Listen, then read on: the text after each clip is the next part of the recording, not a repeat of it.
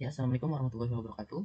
Saya Faiz Fauzi dari kelas 04 TPLK 001 dengan NIM 2110111401723. Nah, kali ini saya mau eh, menjelaskan atau tugas dari mata kuliah praktikum jaringan komputer dengan dosen Pak Firman. Nah, langsung kita mulai aja. Yang pertama di sini ada mengerjakan laporan praktikum pertemuan pertama. Ini di sini ada IP network traffic dan juga IP private dan juga IP class, IP network, IP host start, IP host end, IP broadcast, IP total dan juga netmask. Di sini jadi kita jelaskan untuk IP tersebut. Untuk kesimpulannya di sini juga ada banyak, ada 1, 2, 3, 4, 5, 6, 7, 8, 9. Di sini ada 9 kolom atau table. Di sampingnya ada penjelasannya. Jadi untuk penjelasannya di sini ada semua di pertemuan pertama. Jadi setiap private dan juga private IP private atau public biasanya dia ada trafficnya. Jadi kita tinggal melihat dari modul dari Pak Firman atau bisa juga di internet di browsing juga ada. Nah, di sini untuk laporan pertamanya tentang IP address atau tentang IP komputer atau laptop. Di sini untuk membuat IP-nya di sini ada semua. Nah, di sini yang laporan keduanya tugas juga. Ini dia seperti studi kasus. Ada studi kasus 1 dan juga studi kasus 2. Dia menggunakan alat-alat yang dibutuhkannya pada studi kasus ini. Ada 1 server, 1 router, 1 switch, 2 PC, dan juga 4 kabel penghubung. Dan juga untuk studi kasus 2 yang ini, dia ada 1 server, 1 switch, 2 router, 1 security atau firewall. Yang kelima, ada 1 PC tidak menggunakan security atau firewall, dan juga 3 PC menggunakan security firewall atau security. Nah, di sini untuk penjelasan studi kasus 1 di router pada gambar menunjukkan switch atau jaringan hubungan banyak perangkat dalam satu jaringan lokal dan juga dikirimkan lagi ke server untuk paket data jaringan tersebut. Lalu dari switch akan dikirimkan kembali ke 2 PC yang tersedia pada kasus studi kasus pertama.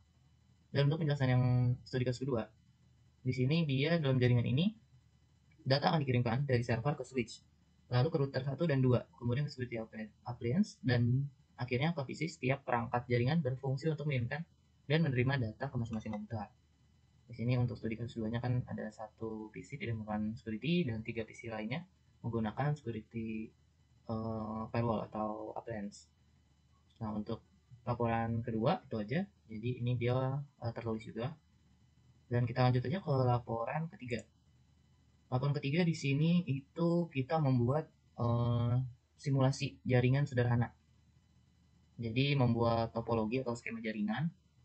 Nah, untuk topologi ini dalam melakukannya simulasi jaringan sederhana ada 3 tahapan. Yang pertama itu membuat topologi atau skema jaringan. Pertama, membuat topologi atau skema jaringan seperti menyiapkan perangkat jaringan yang akan dibutuhkan perangkat atau device yang akan terhubung agar bisa menjadi jaringan.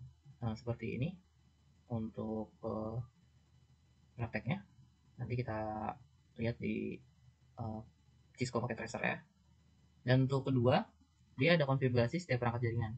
Setelah perangkat topologi atau skema dalam melakukan simulasi jaringan sederhana, yang kita lakukan dilakukan adalah konfigurasi dari pembuatan server, penambahan IP address sampai merubah hostname tiap perangkat untuk jaringan dengan 1 router, 3 switch, 1 access point, 3 server, dan beberapa laptop atau komputer. Nah, untuk contohnya di sini konfigurasi switch dia ada untuk prakteknya. Di sini ada keterangannya, ada physical, config, CLI, dan attributes. Jadi di sini bisa ada keterangannya. Nah, di sini juga ada. Ini juga sama. Nah, yang ini dia ada konfigurasi database server.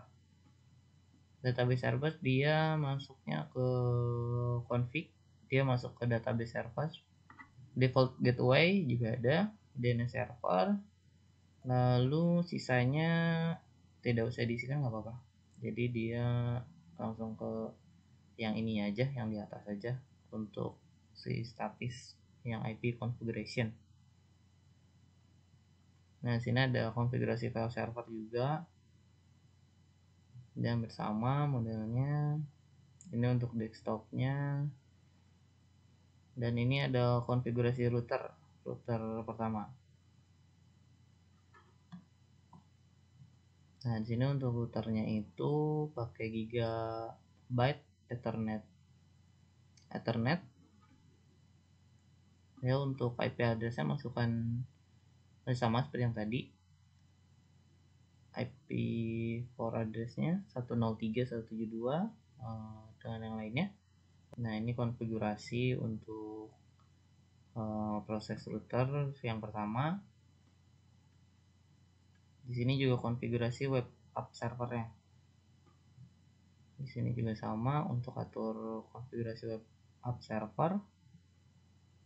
Lalu ke bagian konfigurasi access point. Jadi ini dia seperti keamanan ya. Jadi di sini langsung di disable. Jadi access pointnya langsung seperti di praktek aja nih untuk digambar. Langsung save setting. Jadi langsung disimpan aja. Nah, terakhir bisa langsung di testing. Untuk melakukan simulasi jaringan sederhana ada testing. Testing adalah konfigurasi. Simulasi jaringan adalah proses memeriksa dan memastikan bahwa si simulasi jaringan yang telah dikonfigurasi berfungsi dengan benar dan menghasilkan yang diharapkan. Nah, seperti bawah untuk testingnya. Ini sudah bisa. Untuk keterangan juga ada di sini, ada promnya IP. Untuk bytesnya juga ada nih 32, time juga ada 30 ms, dan TTL ada 128. Nah, mungkin untuk laporan jaringan praktikum jaringan komputer ketiga itu aja. Dan untuk contohnya dia melakukan testingnya di sini, Cisco Pocket Tracer. Nah, ini udah jadi yang tadi. Jadi dia tinggal hanya kita coba saja ya untuk simulationnya. Nah, ini dia berjalan untuk simulasinya. Untuk yang bawah juga berjalan.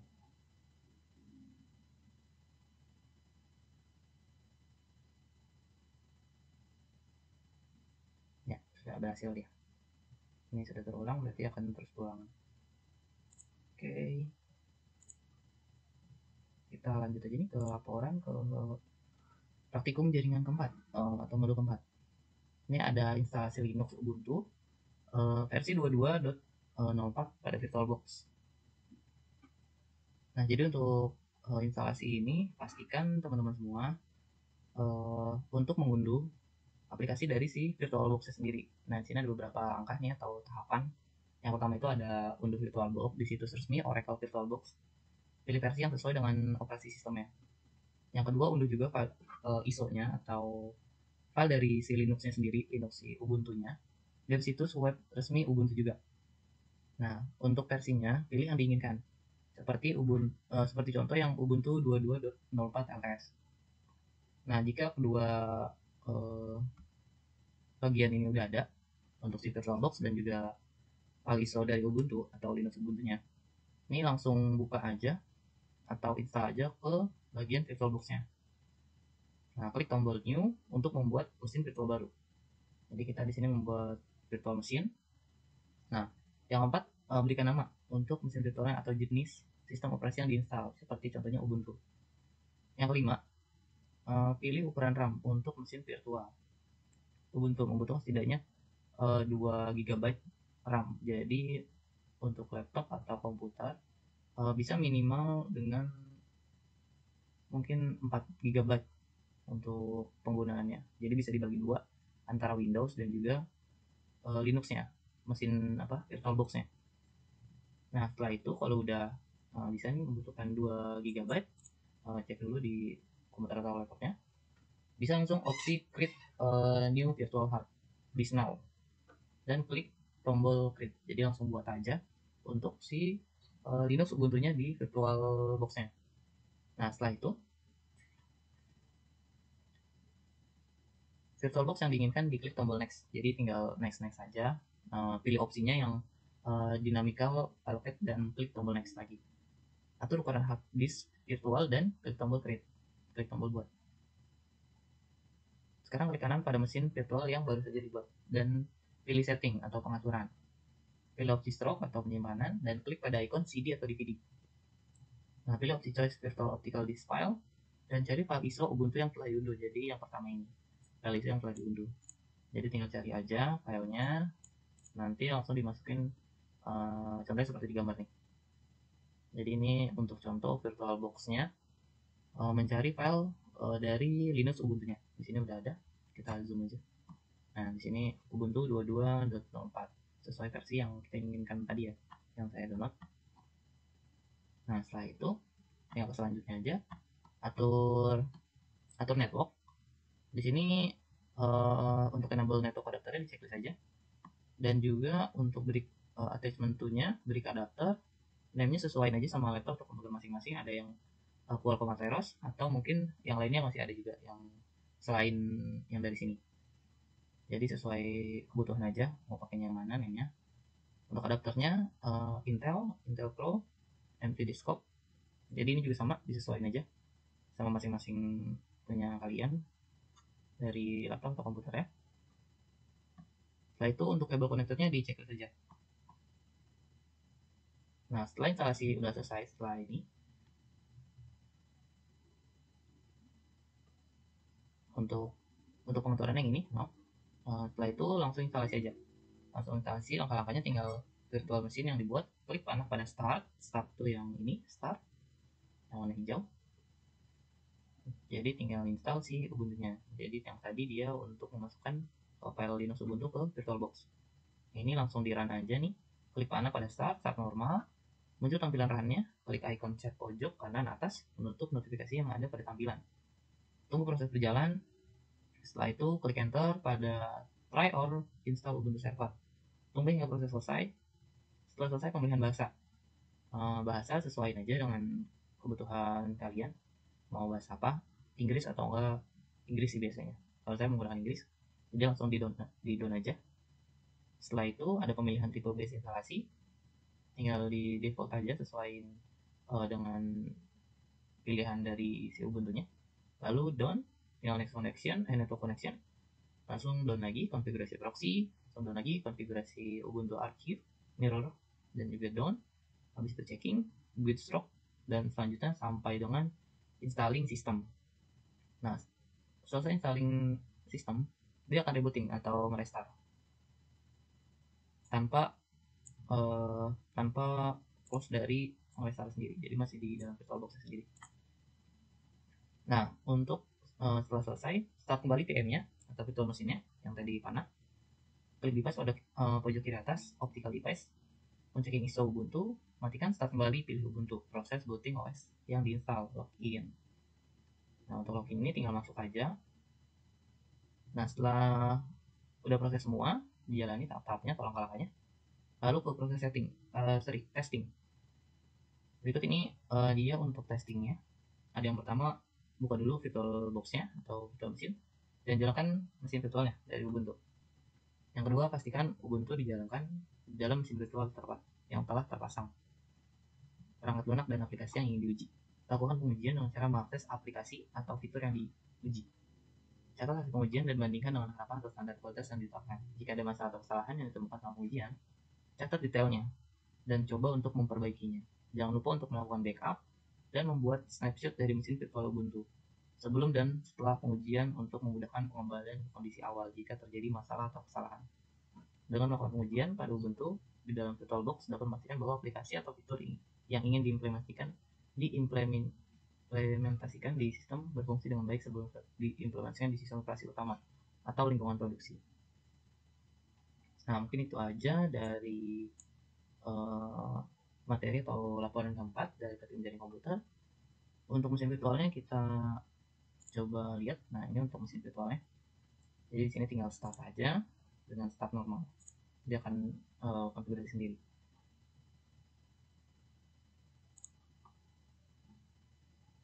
Nah, kita ke selanjutnya ke yang kelima. 85 itu ada dari instalasi web server pada Linux Ubuntu 22.04. Di sini ada Apache, ada MariaDB, ada PHP, ada PHP MyAdmin, ada juga Webmin, dan juga Chatbot. Nah, di sini yang pertama kita akan install dari Apache web servernya dulu. Nah, untuk Apache ini sendiri adalah sebuah perangkat lunak web server yang menghubungkan antara server dengan user atau browser. Jika Anda mengakses sebuah website melalui URL di browser, kemudian muncul tampilan website, bisa jadi itu merupakan hasil kerja dari Apache. Nah, jadi untuk website browser nih, ada hubungannya dengan Apache ini. Nah, langsung aja ke langkah menginstal Apache. Web server pada Linux, yang pertama itu update repository Ubuntu pada server menggunakan perintah sudo apt install update. Lalu install web server, Apache sudo apt install Apache to strip y. Cek status web server Apache system.ctl status Apache 2. Setelah itu install software manager widget dan text editor nano sudo apt install widget nano. Nah, ini untuk prakteknya. Di sini udah ada keterangannya nih. Dia ada keterangan di sini ada yes or no. Jadi untuk konfirmasi apakah si Apache web servernya ingin diinstal atau tidak. Di sini kalau langsung ingin diinstal langsung di Y aja, langsung di enter, atau tidak jadi itu di no aja. Nah, di sini juga ada aktifnya. Jadi setelah Apache aktif, di sini bisa kelihatan nih, dia sudah aktif. Nah, selanjutnya ada install DBMS MariaDB.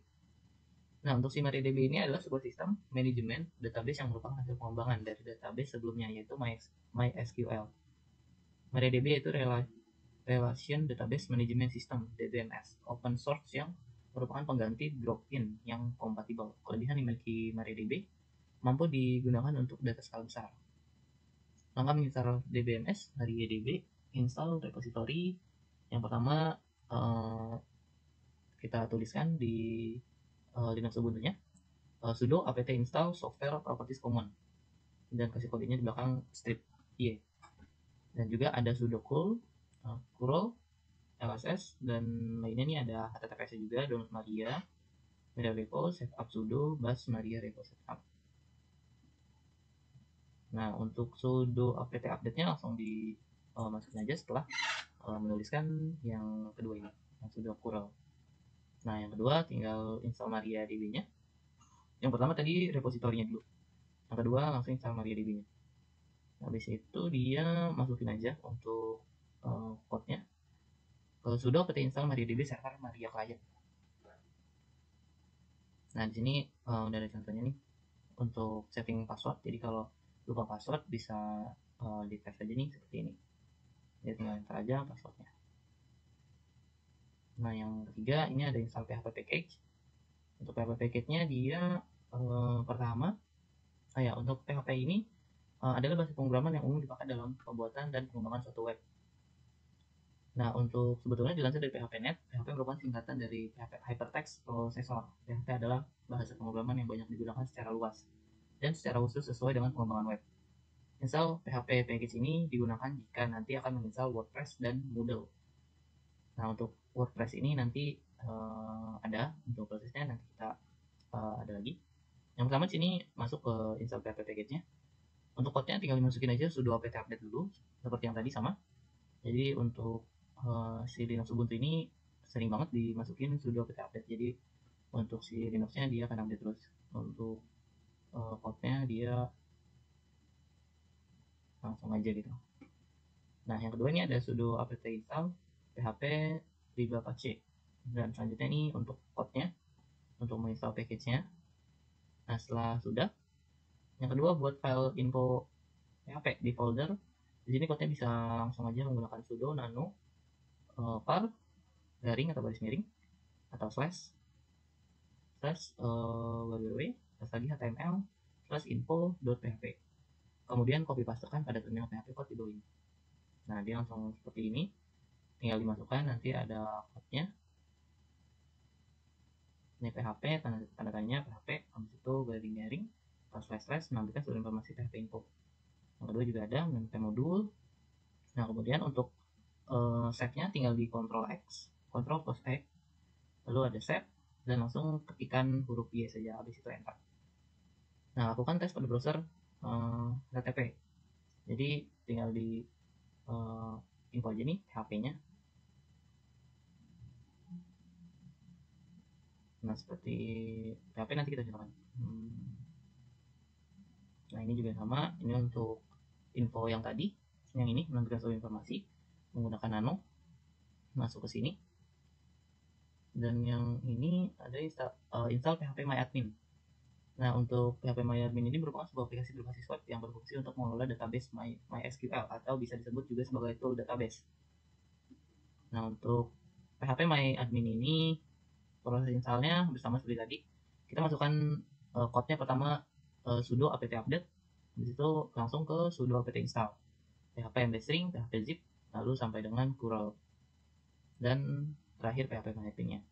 Yang kedua, pastikan web server Apache diberikan tanda bintang, bisa dipilih dengan spasi pada keyboard. Jadi tinggal dipencet spasi, dia akan otomatis code-nya berubah jadi bintang. Habis itu oke, arahkan ke bagian oke-nya. Nah yang ketiga, silakan setting password db phpMyAdmin. Nah untuk passwordnya ini jangan, kalau yang gampang lupa, jadi buatnya gampang aja. Jadi jangan terlalu sulit untuk password si db phpMyAdmin ini. Nah setelah itu selesai tes login ke phpMyAdmin, bisa dicek di http //IP address teman-teman semua. Habis itu /phpMyAdmin. Jika berhasil login ke PHP akan muncul menu tampilan pada browser. Nah ini kita coba tirukan. Sini kita coba VirtualBox-nya dulu. Nah sini tinggal start normal.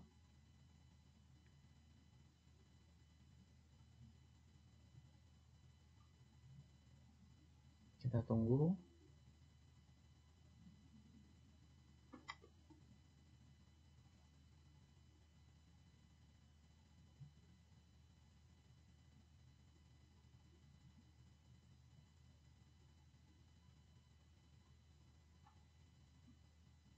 Nah ini lagi starting virtual mesinnya atau VirtualBox.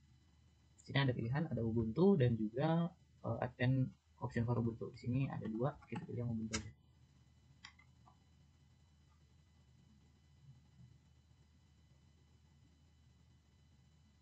Sini kita tunggu untuk login ke installer Ubuntu-nya. Nah ini berhubung saya ini masih ada error nih di bukan error sih sebenarnya, kayak ada gangguan dari kemarin nih, ada ini trans. Jadi untuk si Ubuntu-nya sendiri nih harus di restart ulang. Jadi kita cek aja langsung, ini kita close aja. Dan nanti tampilannya itu akan seperti ini, tapi nanti untuk yang betulnya itu yang benar. Jadi ada di sini login yang saya tulis nih. Nah ini di sini nanti ada di sampingnya mesin login, langsung masukkan untuk loginnya jika sudah punya server Ubuntu-nya. Habis itu dia akan meminta password. Nah itu sudah login, nanti akan terkonfigurasi lagi, akan langsung bisa dipakai. Nah ini kita close aja. Nah untuk close kita pilih yang power of the machine ya, jadi jangan yang ini, kita power yang ini aja, klik oke. Nah ini berarti sudah off untuk si VirtualBox-nya, virtual mesinnya. VirtualBox masih on di sini. Nah di sini untuk di browsernya itu, di sini untuk yang phpMyAdmin sebenarnya kemarin udah ada. Nah ini contohnya itu. Nah yang ini untuk phpMyAdmin-nya. Ini karena VirtualBox-nya ada error, jadi dia tidak bisa terbuka. Tampilannya seperti ini jika gagal ya. Dia akan loading terus-menerus dan dia tidak akan bisa kebuka. Nah untuk Apache-nya juga bisa kita cek. Di sini ada PHP Ubuntu PHP info. Ini juga sama, jadi tidak bisa dibuka. Nah ini jika belum terbuka untuk Linux Ubuntu-nya, dia akan tidak akan terbuka.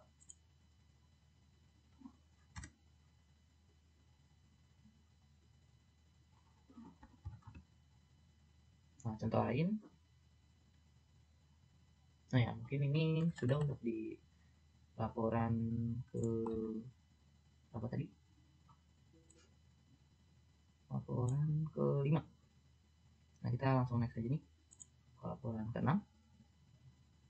Kenamannya ini dia lanjutan yang tadi, lanjutan dari laporan ke-5. Jadi masih tentang instalasi web server. Nah, di sini ada lanjutan. Dan di sini yang belum itu ada webmin dan juga chatbotnya. Nah, di sini install webmin. Webmin itu apa sih? Nah, webmin itu di sini adalah sebuah perangkat lunak berbasis web yang digunakan untuk memudahkan pengelolaan dan administrasi sistem operasi Linux melalui antarmuka web. Nah, di sini juga banyak untuk penjelasannya juga nih, udah lengkap banget. Jadi kalau teman-teman mau baca boleh banget di internet, masih banyak banget, dan juga di forum-forum dulu juga masih banyak untuk penjelasannya. Nah, di langkah menginstal webmin ini, pertama ada pastikan sistem operasi si Linux telah terinstall yang benar atau terhubung internet. Yang tadi si Ubuntu 22.04-nya pastikan udah terinstall. Nah, kalau selesai kan tadi ada masih ada error untuk membukanya. Nah, yang kedua ini ada buka terminal pada sistem Linux dan jalankan perintah berikut untuk memperbaharui repository paket. Nah, ini yang tadi yang sudo apt update. Jadi setiap kita memperbarui sistem dari Linux atau menyalakan perintah mengecek repositorinya, paketnya, tinggal di ketik aja di Linuxnya sudo apt update, dia otomatis akan terupdate semua. Yang ketiga ada selanjutnya untuk jalankan perintah menginstal webmin. Nah, di sini langsung aja ke sudo apt install webmin di Linuxnya, dimasukkan perintahnya atau code-nya. Nah, setelah itu, setelah proses instalasi selesai, jalankan perintah untuk memulai webminnya. Di sini ada code-nya. Code-nya itu ada sudo systemctl start webmin.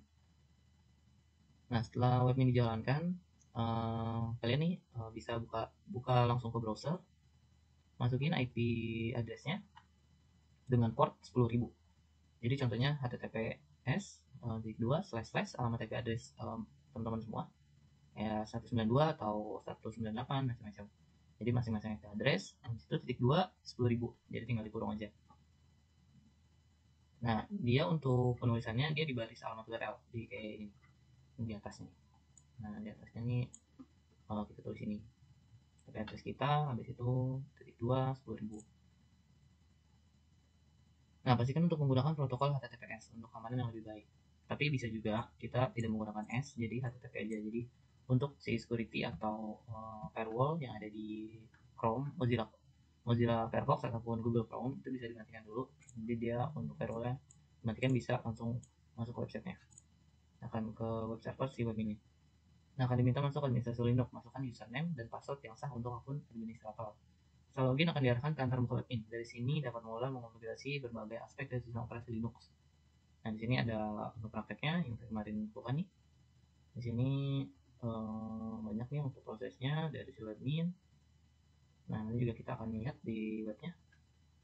Nah, yang ini juga terakhir nih untuk lanjutan dari install. Terakhir ada install chatbot.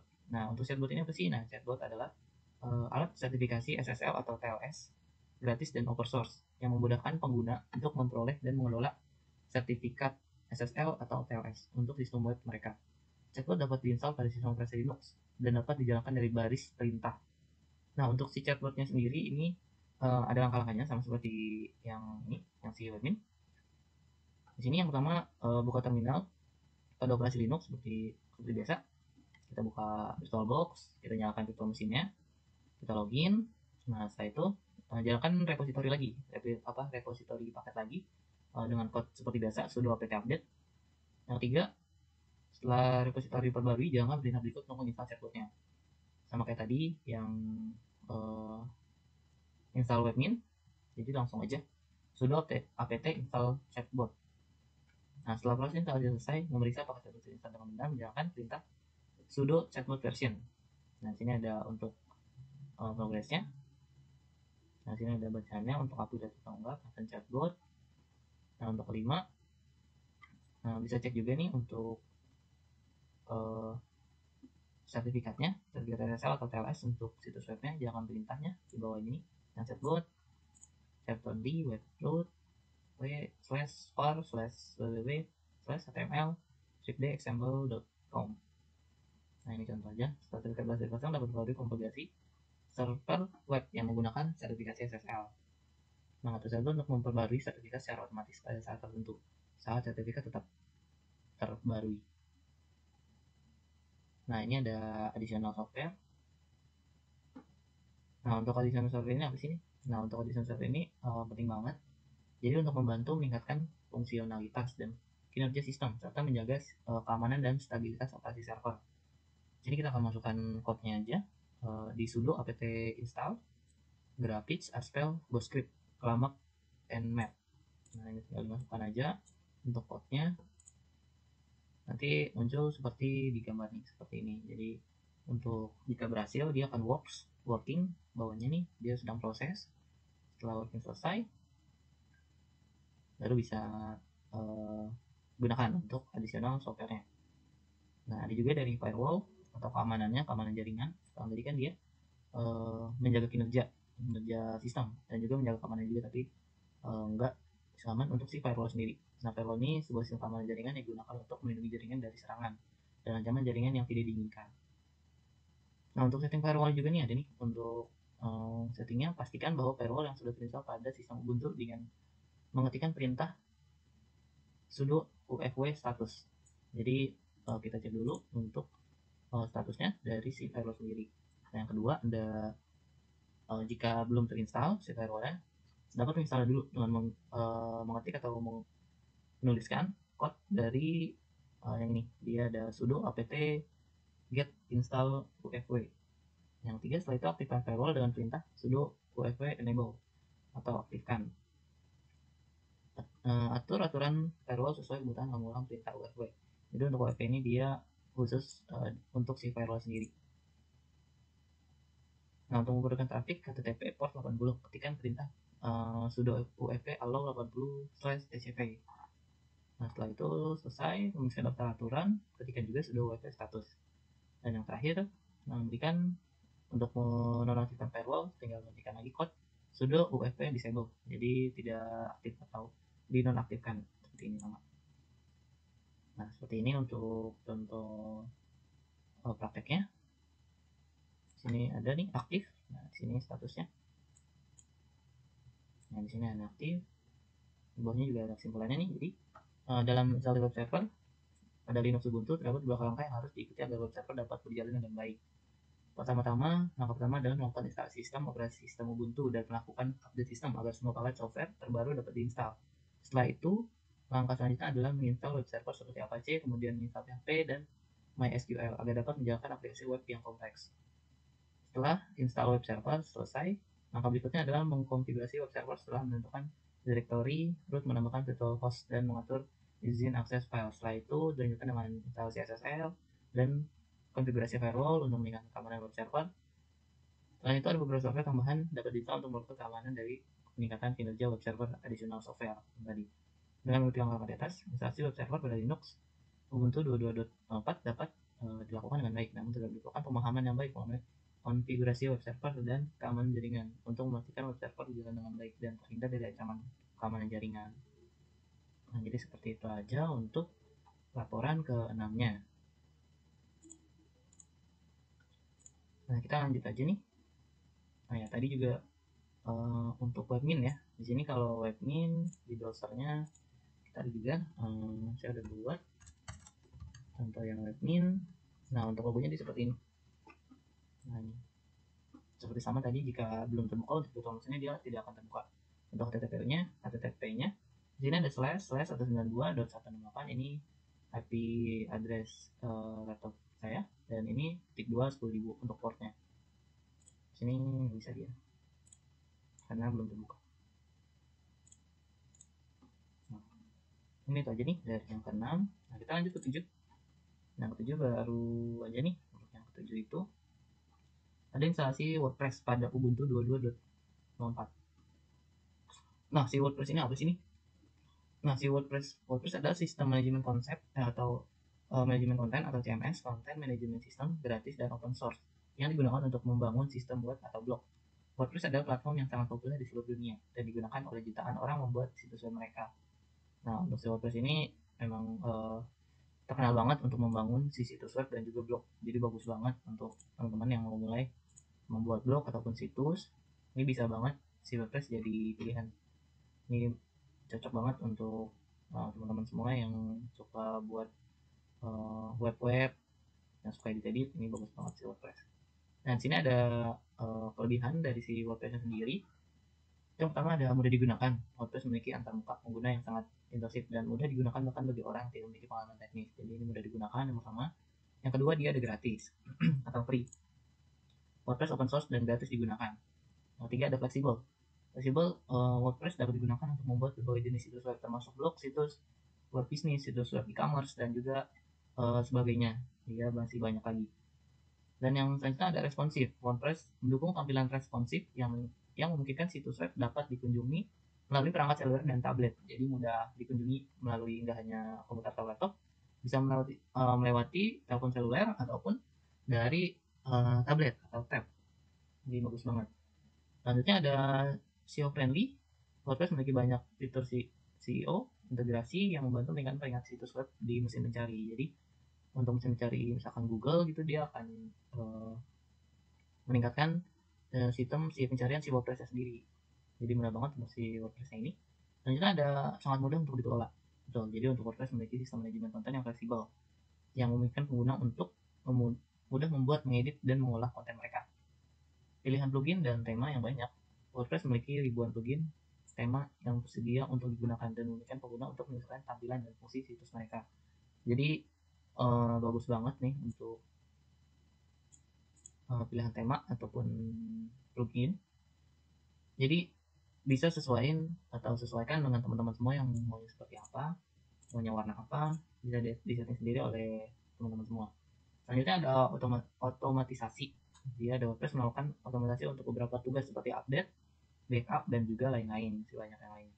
Dan juga ada terakhir komunitas. WordPress memiliki banyak banget komunitas besar pengembang dan pengguna yang aktif, yang siap membantu dalam mengatasi masalah dan merawat sistem web. Jadi bagus banget untuk komunitasnya. Nah, di sini untuk proses instalasinya, di sini ada pertama kita buka foto mesinnya, dan juga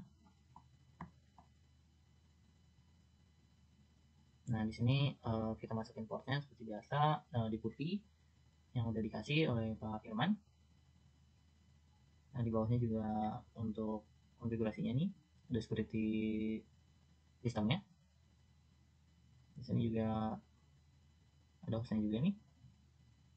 Ada Windows PowerShell, di sini ada lengkap untuk prosesnya. Di sini seperti tadi ada reply si IP address-nya, ada byte-nya, time, dan HTL. Nah, pertama kita masuk ke PHP MyAdmin, kita setting dulu. Nah, di sini ada database-nya juga.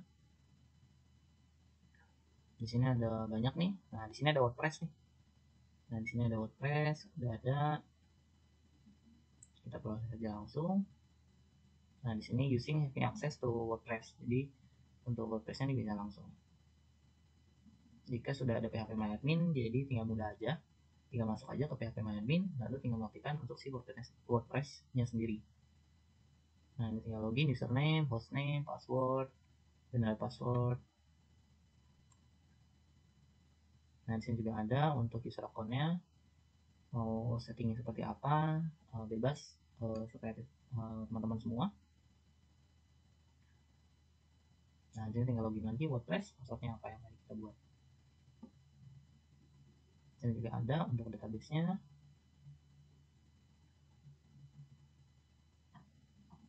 Nah, ini untuk code-nya, si WordPress-nya sendiri. Nah, di sini tadi yang Ubuntu-nya nih, tampilannya seperti ini, yang Apache. Nah, ini WordPress-nya.